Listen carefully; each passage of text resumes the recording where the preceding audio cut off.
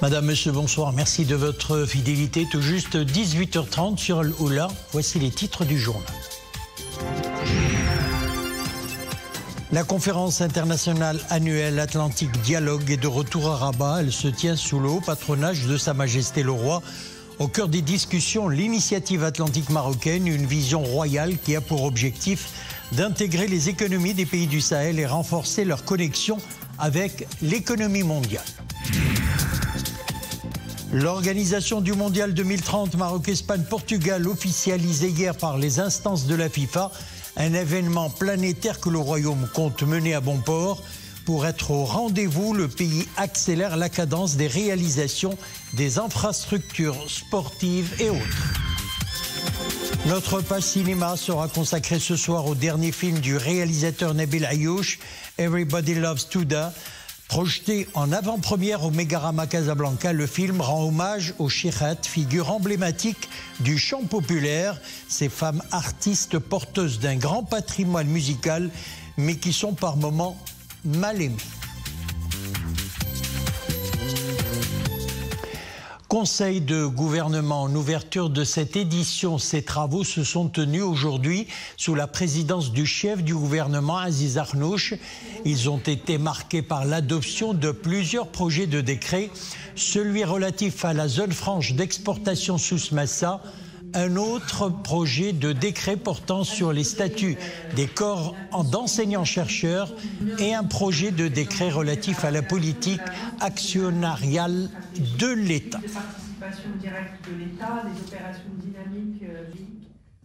Maroc-France, la présidente de l'Assemblée nationale française est en visite officielle au Maroc à la tête d'une importante délégation parlementaire. Madame Yael Braun-Pivet s'est entretenue aujourd'hui avec le chef du gouvernement, Aziz Akhnouch.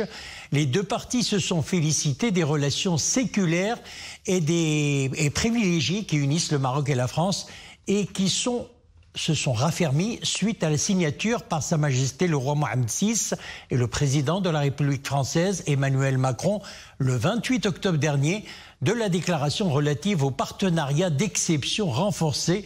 Je vous propose d'écouter la présidente de l'Assemblée nationale française.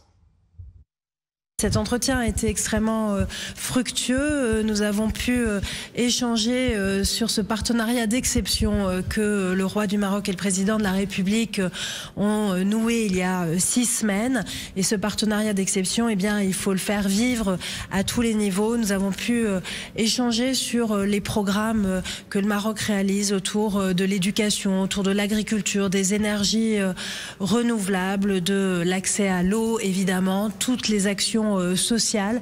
On voit que le Maroc est un pays qui se développe et qui le fait de façon harmonieuse et qui essaye de ne laisser personne au bord du chemin. On voit à quel point il y a une dynamique aujourd'hui et dans laquelle la France peut trouver sa place avec toutes nos entreprises, avec notre expertise. Et donc nous sommes vraiment heureux de ce nouvel âge d'or de la coopération entre nos deux pays. Le ministre des Affaires étrangères de la coopération africaine et des Marocains résidant à l'étranger, Nasser Bourita, s'est entretenu avec le secrétaire général du Conseil de coopération des États arabes du Golfe, Jassim Mohamed El Boudaoui, en visite officielle dans le Royaume. Les discussions ont été axées sur le partenariat stratégique entre le Maroc et le CCG depuis 2011. Au cours de cette entrevue, M. Bourita a rappelé que Sa Majesté le Roi a salué le soutien constant au Royaume par les États frères du Golfe concernant ses causes nationales et à leur tête la question de son intégrité territoriale, plus particulièrement l'appui de principe apporté par le Conseil suprême du CCG à la marocanité du Sahara. Après plusieurs éditions à Marrakech, les rencontres annuelles des dialogues atlantiques organisées par le think tank Policy Center for the New South reviennent à Rabat au sein de l'Université Mohammed VI Polytechnique. Une nouvelle édition qui apporte un regard croisé sur les évolutions du monde actuel et des éclairages sur les chemins de coopération à adopter. Abdelhamid Jebran, Hamza Sayeh, Iman Ablo. Une 13e édition singulière à bien des égards. D'abord, son retour à la capitale du royaume qui avait abrité les toutes premières éditions de la conférence. La présente édition se caractérise également par le passage d'une conférence à thème unique à une conférence pluridisciplinaire, mais pas que. Ces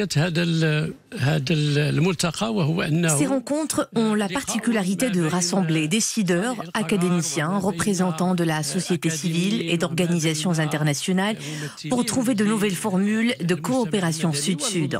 Il s'agit également de rapprocher le Nord du Sud au niveau du pourtour atlantique, caractérisé par une certaine stabilité, contrairement à bien d'autres régions à travers le monde. L'initiative atlantique lancée par Sa Majesté le Roi est au cœur des discussions. L'accent est mis sur l'Atlantique élargi, incluant les États de l'Atlantique Sud. L'initiative royale atlantique a pour objectif de promouvoir la contribution des pays du Sahel dans le processus de développement. Ce sont des orientations stratégiques qui ouvrent des perspectives prometteuses pour ces pays qui vont pouvoir s'ouvrir sur la côte atlantique. Une initiative qui reflète la vision éclairée du souverain en matière de coopération Sud-Sud et le rôle important du Maroc sur la scène internationale. Le Maroc est l'un des pays les plus développés en Afrique. Il se développe sur le plan économique avec de très bonnes politiques économiques. Il jouit aussi de la stabilité, en plus de l'inclusion sociale. Ajoutez à cela une expérience avérée dans les relations internationales. Des relations qui nécessitent une gouvernance mondiale efficace dans un monde marqué par l'exacerbation des rivalités et les nouvelles revendications du Nouveau Sud.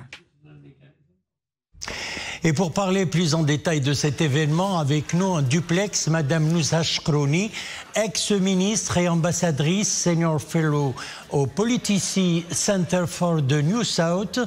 Alors, Madame Nouza Chkrouni, bonsoir. Alors, bonsoir. Ma première question, quelle est la particularité de cette édition qui prend place à Rabat pour la deuxième fois ?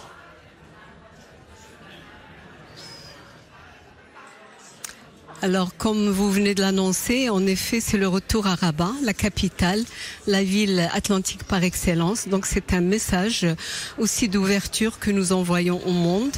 C'est le retour aussi sur le campus où la multidisciplinarité se rencontre. La particularité aussi de cette édition, qui est la 13e édition, elle coïncide avec justement le 10e anniversaire du Policy Center for the New South.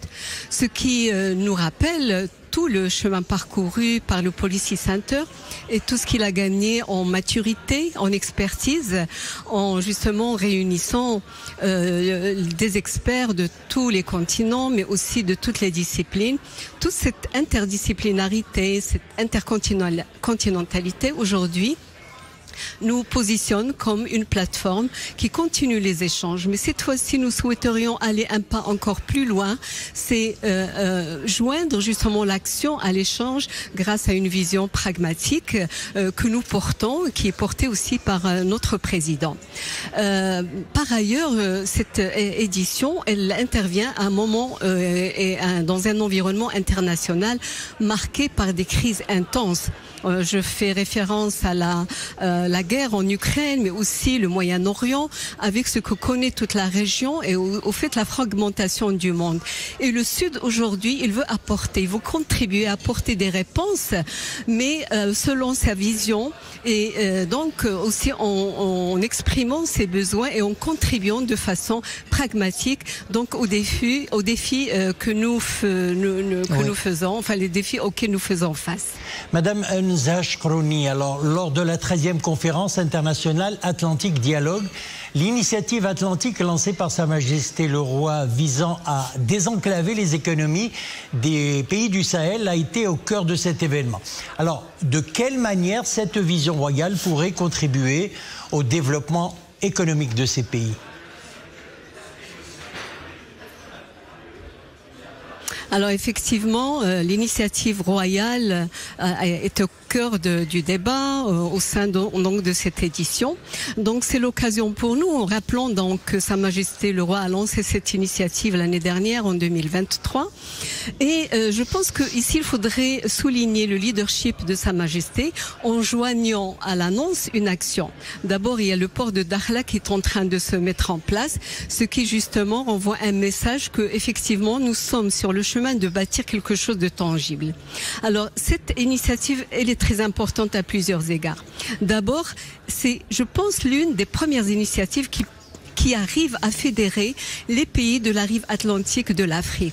Certainement, il y a d'autres initiatives qui ont précédé, mais c'est celle-là, celle d'envergure et qui réunit, qui fédère plusieurs pays autour d'un projet qui est viable, dont on se donne les moyens de réaliser, mais qui va permettre justement et offrir à toute l'Afrique atlantique de se lancer dans un développement structurant et soutenable et durable. La deuxième chose, c'est qu'elle se fait à un niveau institutionnel, avec l'ouverture sur la CEDEAO, qui est partie prenante justement de cette ouverture, mais aussi dans un cadre de solidarité où Sa Majesté le Roi a ouvert, a proposé aux pays du Sahel donc de pouvoir accéder à l'Atlantique. Et en accédant à l'Atlantique, il leur permet de se développer. On pense souvent à des problèmes sécuritaires, mais sachant que les problèmes sécuritaires trouvent leur solution dans le développement. Et je pense, grâce à cette initiative, à sa portée à la fois de développement, de sécurité, d'ouverture, de solidarité et fédératrice, je pense qu'elle offre une opportunité pour les pays du Sud de se fédérer autour de cette initiative pour commencer à construire un avenir. Cette initiative aussi va pouvoir, en consolidant donc ce partenariat africain, nous donner aussi les moyens et nous consolider notre position par rapport donc à l'autre rive de l'Atlantique qui est l'Amérique latine, mais aussi d'être un véritable interlocuteur aussi bien pour l'Europe que pour les États-Unis. Justement, quels sont aujourd'hui les nouveaux enjeux de la coopération internationale dans un monde, vous le disiez tout à l'heure, miné par les crises et les guerres?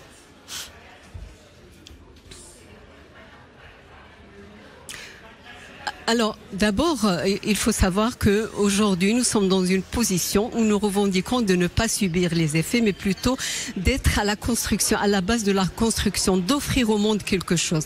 Et je pense que c'est ce changement de paradigme qu'il faudrait souligner à travers justement l'existence de notre plateforme du Policy Center qui offre cette possibilité de dialoguer, de réfléchir à des actions d'envergure, parce que le Maroc peut se targuer justement grâce à sa stabilité d'être un moteur pour enclencher une telle dynamique, mais aussi grâce à ce partenariat qui est réfléchi et qui est gagnant-gagnant avec l'ensemble des acteurs qui sont concernés.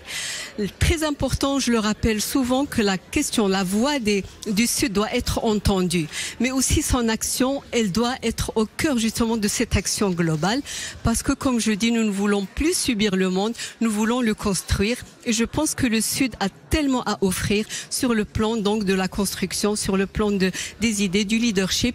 Donc nous sommes dans une phase tellement importante que l'engagement de tous est absolument remarquable et considérable et très important.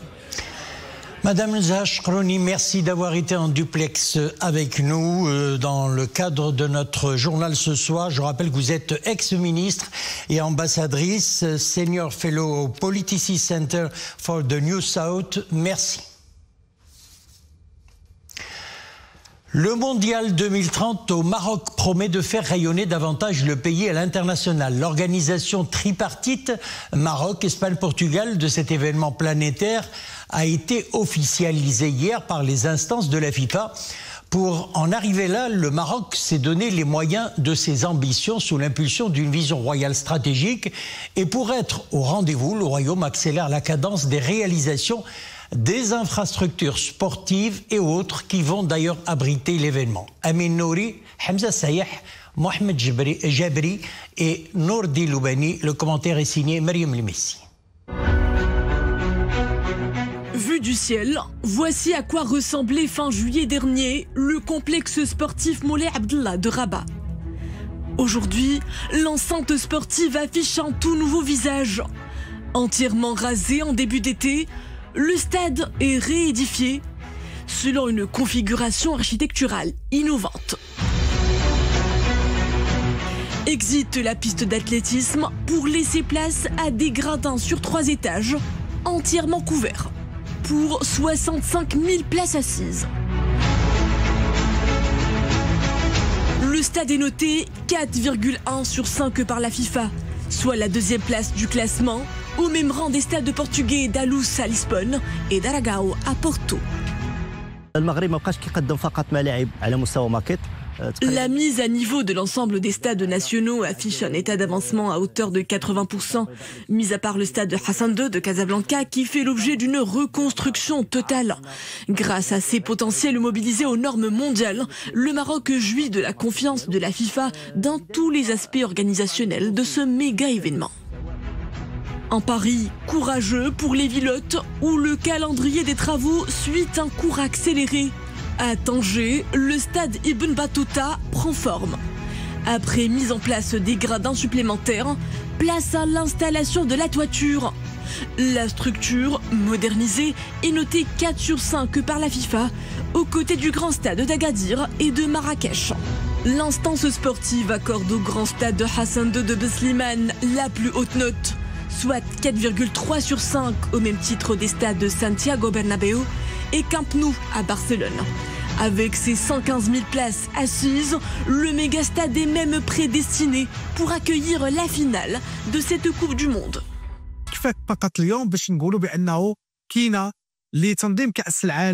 La part du Maroc dans le budget d'organisation se situe aux alentours de 52 milliards de dirhams, dont 17 milliards de dirhams consacrés à la construction et à la rénovation des stades. 17 milliards de dirhams sont prévus pour le renforcement du réseau de transport interne, notamment ferroviaire. Puis 8 milliards de dirhams sont destinés aux infrastructures d'entraînement et 10 milliards de dirhams réservés à la logistique, aux médias ainsi qu'à d'autres frais généraux.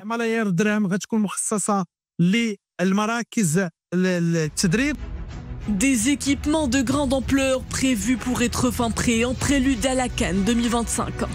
Et l'impact socio-économique attendu prête plutôt à l'optimisme. Les retombées de l'organisation d'une Coupe du Monde ne se limiteront pas au volet événementiel. Un décollage économique est promis pour le Maroc au lendemain de ce tournoi. Nous l'avons constaté lors du Mondial de 82 en Espagne, dont la tournure financière pour le pays fut énorme.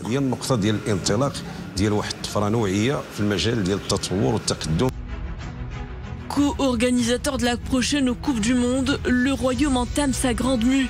1300 km de voies ferrées à grande vitesse à l'horizon 2030, 12 ports et 15 aéroports internationaux à l'horizon 2040. Des projets d'ampleur stratégique qui opéreront une profonde mutation du visage du pays. D'ici 2030, le Maroc ambitionne d'ailleurs d'attirer près de 26 millions de touristes. Aujourd'hui, sachez qu'un nouveau record vient d'être pulvérisé. Près de 16 millions d'arrivées de touristes ont été enregistrées durant les 11 premiers mois de cette année, soit une croissance de 20% par rapport à la même période en 2023. C'est ce qu'indique le ministère du Tourisme, de l'Artisanat et de l'Économie sociale et solidaire.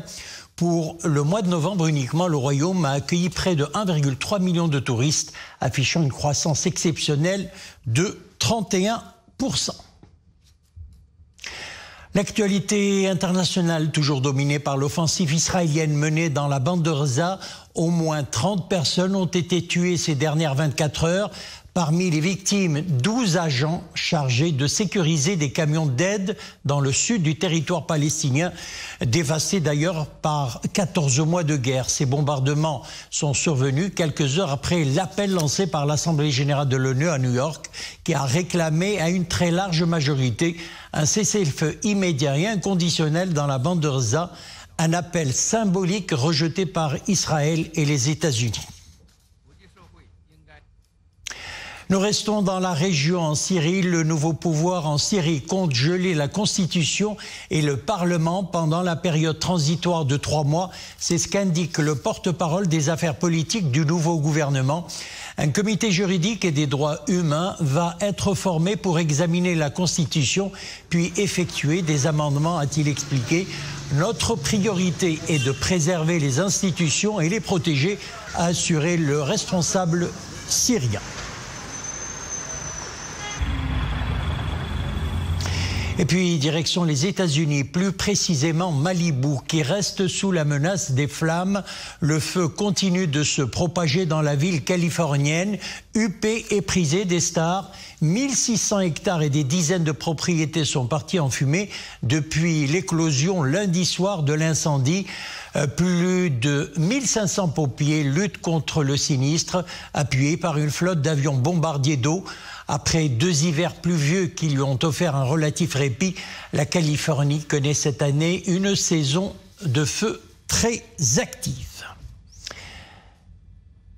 Et puis chez nous, la pluie a fait son retour, de quoi réchauffer le cœur des Marocains. Plusieurs régions sont concernées par ces précipitations. Ces dernières 24 heures, il a été relevé 8 mm à El Jadida, Mohammedia, Casablanca, Port et Tanger 6 mm, Kenitra et Titmelil 5 mm, Casablanca et Ben Slimane 4 mm, Safi 1 mm, Sidi Slimane et El Areish moins d'1 mm. Notre page cinéma est consacrée ce soir au dernier opus du réalisateur Nabil Ayouch. Everybody Loves Touda, le film réhabilite le chant rebelle des Cheikhats, ces femmes courageuses qui ont traversé les époques avec leur art sans avoir pris bonne presse aux yeux de la société. Le film a été présenté en avant-première au Megarama Casablanca, en présence notamment d'acteurs de l'industrie cinématographique et de l'héroïne Touda, incarnée par l'actrice Nisrin Radi, Bouchaïb Ammari, Abdelrahim Zian et Oumaima Ramli. C'est l'histoire d'une femme au tempérament affirmé. Son rêve, devenir cheikha, faire partie de ces chanteuses iconiques, porteuses d'un patrimoine musical précieux, figure libre et audacieuse, qui défie par leur art certaines conventions sociales.